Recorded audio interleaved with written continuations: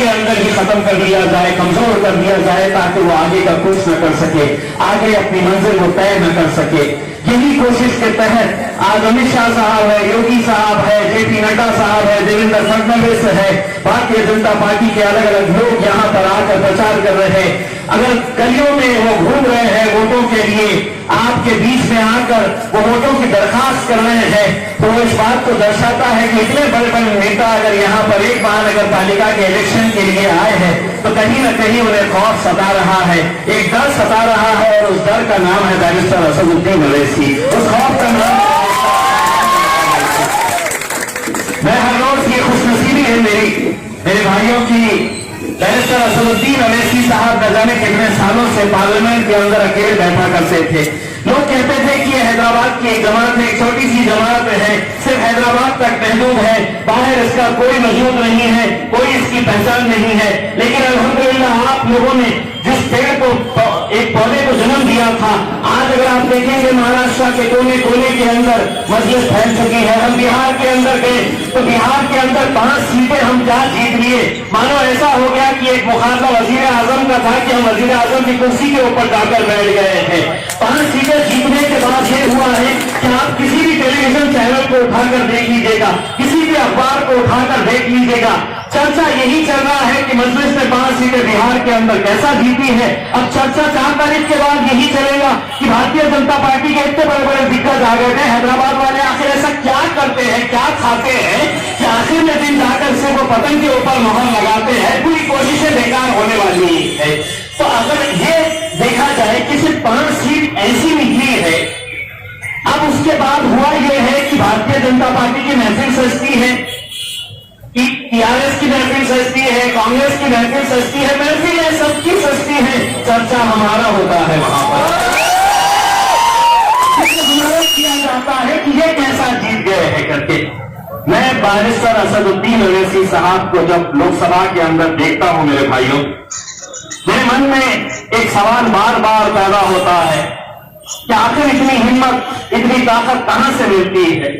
बहुत हिम्मत की बात है कि 550 के इस ऐवान के अंदर जहां पर भारतीय जनता पार्टी के पूरे एमपीज बैठे हुए हैं, सेना के एमपीज बैठे हुए हैं, कांग्रेस के एमपीज बैठे हुए हैं, असद साहब जब भी कुछ बोलने के लिए खड़े रहते हैं और आपके मुद्दे जब बोलने के लिए खड़े होते हैं तो मुसलमानों की आवाज बनकर वो खड़े रहते हैं। तो मैं देखता हूं अपनी आंखों से, सुनता हूं कानों से कि किस तरह के कैसे कैसे नारे लगाए जाते हैं। वो असदुद्दीन ओवैसी के खिलाफ नहीं होते हैं, वो आप लोगों के खिलाफ होते हैं वो नारे। तो मैं सोचता हूं कि इतने इसके बावजूद भी असद साहब को इतनी हिम्मत कहां से मिलती है कि नरेंद्र मोदी की आंखों में आंखें डालकर बोले, अमित शाह की आंखों में आंखें डालकर बोले। जब मुझे ये एहसास होता है कि असद साहब को हिम्मत अगर कहीं से मिलती है तो ये हिम्मत उन्हें यहां से मिलती है मेरे भाइयों। आप लोग हैं, हमारी हिम्मत आप लोग हैं। अक्सर वो लोग कहते हैं पार्लियामेंट के अंदर, कल एक था वो इतना बोलता था, तुम भी आ गए हो। मैं कहा सिर्फ 2 ही नहीं, इंशाल्लाह आगे और भी आएंगे और सब बोलने वाले हैं। मजलिस इत्तेहाद अल मुस्लिमीन गूंगे, मुक्के और बहरों की जमात नहीं है। हम बोलेंगे, बोलते रहेंगे। 70 सालों से तुम बोलते थे, हम सुनते थे, अब हम बोलेंगे और तुम्हारे बाप को भी सुनना पड़ेगा। तब तक हम खामोश बैठे रहेंगे। यही हमारी खामोशी है, यही हमारी खामोशी का नतीजा है कि आज जो कानून लाए जा रहे हैं इस मुल्क के अंदर, पहले गोश्त खत्म कर दो। तो मोदी साहब ने सोचा ये गोश्त नहीं खाएंगे तो मर जाएंगे। नहीं मोदी जी, नहीं मरेंगे, लड़ेंगे तुमसे, मरते दम तक लड़ेंगे हम। फिर उसके बाद सोचा कि नहीं, हम इनके खिलाफ ट्रिपल तलाक का कानून लेकर आ जाओ, इसके बाद CAA का कानून लेकर आ जाओ और लव जिहाद का कानून लेकर आए। मंशा यही है, मकसद यही है कि इस कौम के अंदर एक ऐसा खौफ का माहौल तैयार कर दो, ऐसा डर का माहौल तैयार कर डालो कि हम कहेंगे ये उठने तो ये पूरे उठने चाहिए, बैठो तो बैठने चाहिए। लेकिन ये उस वक्त मुमकिन था जबकि हमारी कौम दूसरे पार्टियों के नेताओं को वोट करती थी। अब हम मजलिस के साथी है, हम मजलिस के सिपाही हैं। शिवसेना वाले ने मुझसे एक दिन पूछा था जब मैं महाराष्ट्र की विधानसभा में पहली मर्तबा गया था वारिस पठान के साथ, तो पहले ही दिन उसने मुझसे ये कहा था। उस दिन टेलीविजन के ऊपर चर्चा इस बात की नहीं थी कि महाराष्ट्र की विधानसभा में 288 आमदार हैं, चर्चा इस बात की थी, हैदराबाद की कि इस जमात के 2 आमदार महाराष्ट्र में भी कैसे पहुंच गए। चर्चा इस बात को लेकर थी तो उस वक्त मुझे शिवसेना के एक नेता ने मुझसे सवाल किया था और मुझसे पूछा था, पहले ही दिन पूछा था तुम्हें क्या करना, मतलब उसका मराठी के अंदर बोलने का मतलब था तुम क्या कर लेंगे।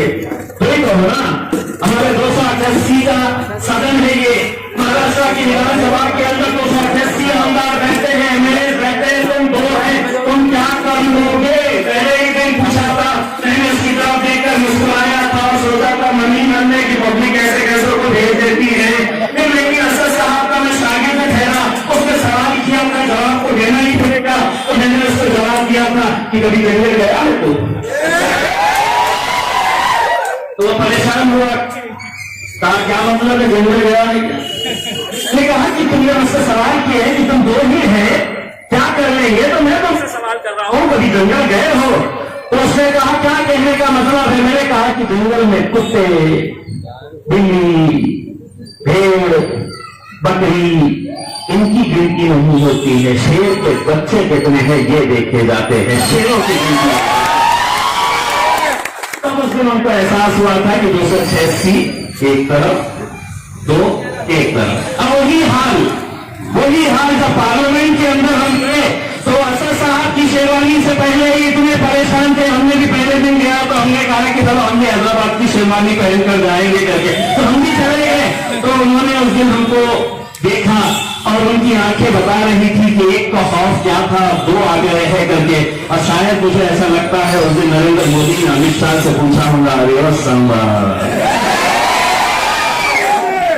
अरे सांबा कि तू मेरा आदमी है।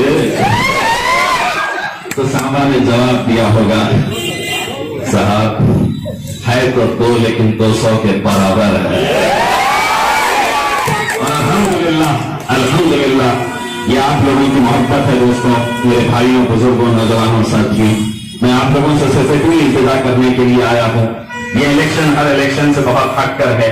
अगर यहां पर आप मजलिस को ताकत बख्शेंगे तो मैं आपको यकीन दिलाकर जाना चाहता हूं, एक भाई की हैसियत से, एक बेटे की हैसियत से, जितनी सीटें आपने मजलिस को पिछले इलेक्शन के अंदर चुना कर दिए थे, अगर इस बार उससे ज्यादा दे देते हैं तो 1 महीने के बाद मजलिस इत्तेहाद और मुस्लिमीन महाराष्ट्र के अंदर औरंगाबाद में भी महानगर पालिका का इलेक्शन आने वाला है।